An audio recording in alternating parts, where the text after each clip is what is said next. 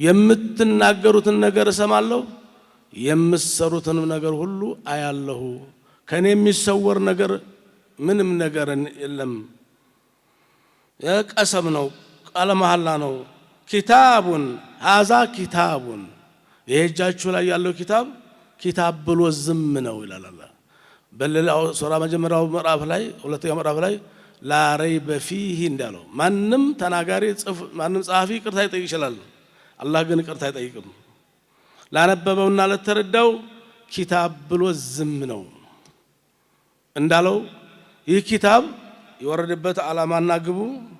አንዘልናሁ አውርደነዋል ይላል ኢለይከ ኺጣቡ ወደ አንተ ወደ ነብዩ ማለት ወደሳቸው ካላህ በጅብሪል አማካኝነት ወደ ነብዩ ለክ አሊፍ ላም ሚም አሊፉ አላህ ላሙ ጅብሪል ሚሙ መሐመድ ተብሎ ተፈስሯል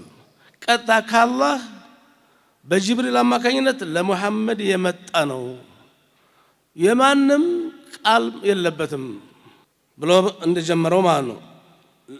አውርደነዋል